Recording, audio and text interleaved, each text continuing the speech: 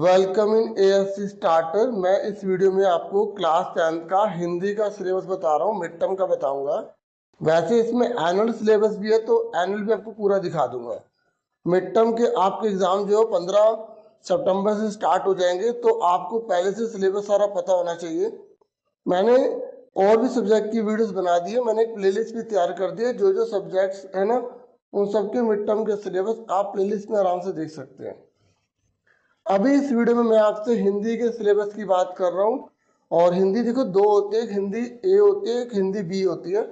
और जितने भी गवर्नमेंट स्कूल हैं उनमें हिंदी ए ही को ही लगाया जाता है, जिसका कोड 002 है। अब आप कैसे पहचानेंगे कि आपकी हिंदी कौन सी है?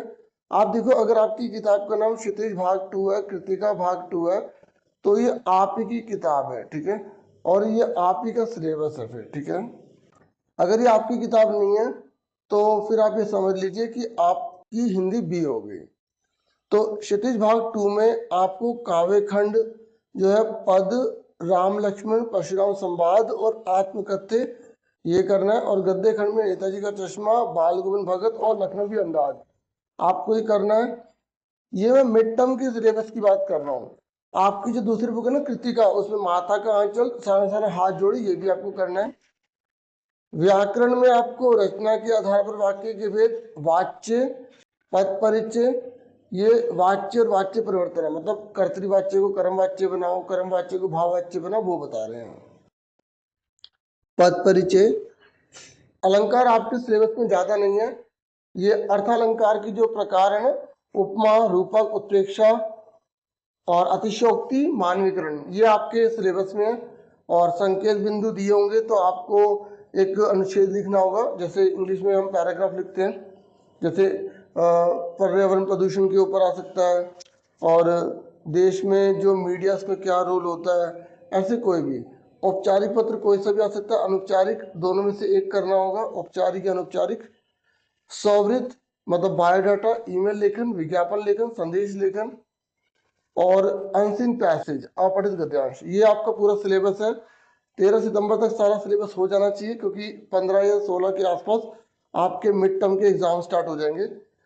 फिर बाकी बचे हुए आपको सारे पाठ करने हैं क्षितिज में। मैं बाकी बचे हुए इसलिए बोल रहा हूँ क्योंकि आपके जो फाइनल टर्म के एग्जाम होंगे उसमें मिड टर्म का भी आएगा, और ये जो बाकी बचे हुए सिलेबस है सारा आएगा।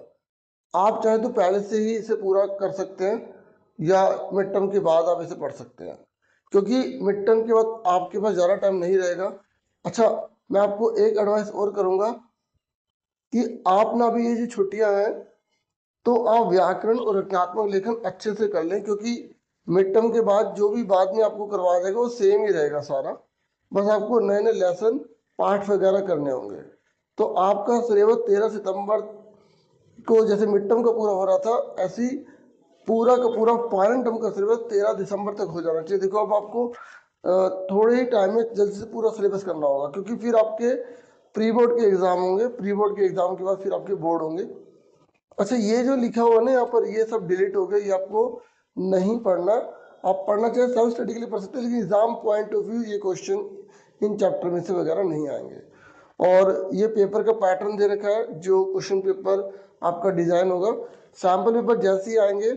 और सीबीएसई जो है ना, वो किसी काम में जो देरी नहीं करती, तो ये जून के एंड में या जुलाई में ही आपके देखना सिलेबस तो आपका आ ही चुका है, तो आपके सैम्पल पेपर भी आ ही जाएंगे, ठीक है। तो ये आप पूरा पेपर का पैटर्न देख सकते हैं कैसे कैसे रहेंगे।